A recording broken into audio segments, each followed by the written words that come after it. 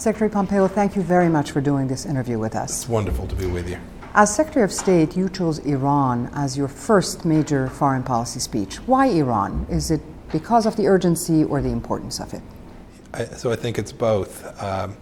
It's something that the President has viewed as a serious threat to Middle East stability and therefore to American national security. He also looks at the place that the Iranian people find themselves, and he thinks it's a place America can help make a difference. He has long thought that the agreement that the previous administration entered into didn't serve any of those interests, the interests of the Iranian people or Middle East stability, or frankly for America. And so it was a priority for him, and thus I wanted in the first weeks as the Secretary of State to have an opportunity to lay out how President Trump thinks we can make things better in each of those three situations. What is the ultimate goal of the proposed new security framework, and how does it differ from the initial JCPOA? Yeah, so very different in breadth, I think different in its goal. The first agreement was very narrow. It was an effort to say that the Iranian regime was spending a ton of money on its nuclear program and wanted to halt that. A noble objective, a good goal, a worthy one. But the threat that Iran presents is so much greater than that, right? They're launching missiles into Muslim countries. They're taking the human rights away from their people. All of these things are things President Trump cares deeply about, and so his vision is that if we begin again to set out what we think are pretty basic ideas, right? So these 12 things that I listed are all pretty straightforward. We're not asking a lot from the Iranian leadership. Just behave like normal leaders. Don't loot your people. Don't waste your people's money on these adventures in Syria and in Yemen and in Lebanon and in Iraq. The list goes on. Lead your people. Build a great nation. Use the resources you have for that. That's all we're simply looking for. Is that going to be part of the new proposed security framework, that Iran would stop or should stop meddling in other countries' affairs? Yes, so we've asked for that. We've asked them to stop spreading terror around the world, not to build out militias in Iraq, not to put Iranian dollars and Iranian citizens who are losing their lives in Syria.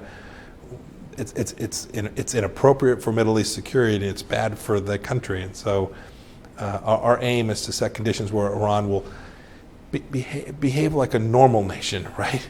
And if they do that, this isn't about the Iranian people, this is the Iranian leaders who have taken control and done this damage. If we can create conditions where they'll stop that, the Iranian people will have great success, and we will have Americans visiting there. We'll have all the great things that we do when there are friends and allies, as opposed to folks who are presenting risk to our country.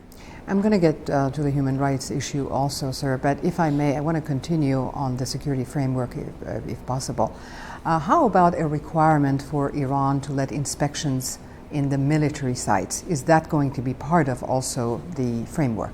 So it is. With respect to the use of nuclear material in Iran, just as we have in Saudi Arabia, just as we did with the United Arab Emirates, we don't believe it's appropriate for Iran to have the capacity to create fissile material, to enrich uranium or have a plutonium facility. If they want a peaceful nuclear energy program, fine, but they can import that material. Other countries do it. It works for many countries around the world. And in order for us to achieve that, to get comfortable if that's the case, there will have to be inspections, and that would include inspections at military sites, at research laboratories, at all of the places that had been participants in previous iterations of Iran's program. And you mentioned human rights. There are protests, anti-government protests all around Iran. I wanted to get your take on that. How do you feel about these protests? And do you think that the United States can maybe support the protesters? We could certainly provide moral support. Importantly, the Iranian people will make these decisions for themselves. These protests have been ongoing now for months and months, some of them very small, some of them larger, often very much in sync with what I laid out this past week. They're about how this wealth gets distributed to Qasem Soleimani and not the ordinary citizen in southeast Iran or in Tehran or wherever it might be. This wealth is being squandered. So that ordinary Iranian citizens are both sending their young men off to fight and die and living lives that aren't as secure and as wealthy as they could be if Iran would simply change its behavior. So it's not about, you asked about regime change, it's not about changing the regime, it's about changing the behavior of the leadership in Iran to comport with what the Iranian people really want them to do. So it is what earlier John Bolton had said, that the goal of the administration is not regime change in Iran. That's correct, yes ma'am. And how do you feel about the opposition groups in the United States and in Europe? Do you support their efforts? Yes, they should be, so long as they're working towards the same goal that we are. I've seen from time to time that wasn't always the case with some of the groups, some of the smaller groups, frankly. So long as they're working towards the same thing. We don't want them advocating for regime change either. We want them working on behalf of the Iranian people. Ordinary Iranian citizens who want nothing more than to live their lives, to be able to take their hijab off, to be able to go to work and raise their families and worship in the way they want to worship. This is for the Iranian people to do, and so if there are those on the outside who are working towards that goal, we certainly welcome it. Mr. Secretary, 2 years ago as a congressman, you personally wanted to go to Iran. You were prepared to go to Iran, and you wanted to press the leadership, Khamenei and Zarif, to give you access to the American hostages. As Secretary, are you going to press the Iranian leadership again to free the American hostages? And as you know, Bob Levinson has disappeared more than 11 years ago. I know the story of Mr. Levinson well. I pray for his safe return, and our team works for it every day. As for the other Americans, we hope that the Iranian leadership, Mr. Rouhani and Mr. Zarif, and Ayatollah, all would see that's in their best interest to, for nothing more than basic humanity, to allow these innocent Americans to return to their families. There are big issues out there, but it seems pretty basic to me that one ought not hold innocent people from returning to their loved ones. So yes, we'll work on it. We'll pray for it. And we hope that one day, in the same way that we were blessed to have 3 Americans return from North Korea a few weeks past, we have that same kind of day for those that are being held by the Islamic Republic of Iran. I wanted to ask you about the chants, the slogans that we still hear inside Iran, death to America and death to Israel. Before any type of agreement that Iran or Tehran or the United States would have about Iran, don't you think that it should be a requirement for Iran to stop that? Yeah, their leaders most especially. Look, in America, people say all kinds of things. We have a wide open democracy. There are people who like President Trump and who don't. I find that just fine. I'm troubled by that.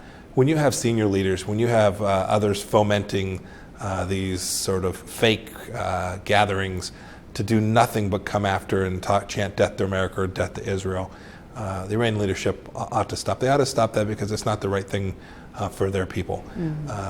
I think most Iranians look at what we've been able to accomplish here in America, how blessed we've been, and think that that's a model that works in the sense of we'll certainly adopt a different form of democracy, and we'll have a different form of government, and we'll have different values and beliefs across a certain set of things, and we'll have different religions, and that's all fine. But the basic common understanding of humanity, that you treat every human being with dignity and respect, that you don't export violence around the world, that you don't steal and plunder from your people. Those core values of that are civilizational, they're historical. I think the Iranian people share those in the same way that American people do.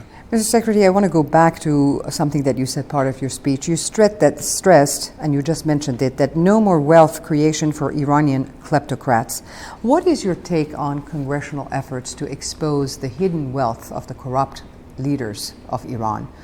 From Ayatollah Khamenei to the president, and if there is such a bill that would pass in Congress, would the administration support this exposure? We would. We think it's very important. It's just as important as an informational matter. The Iranian people deserve the truth.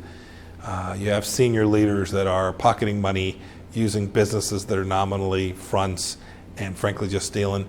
To the extent we can prove that and demonstrate that, I'd welcome the chance to expose it so the Iranian people can judge for themselves whether these are the individuals they want to lead their country. Mr. Secretary, thank you very much. Thank you very much, ma'am. It was great to be with you.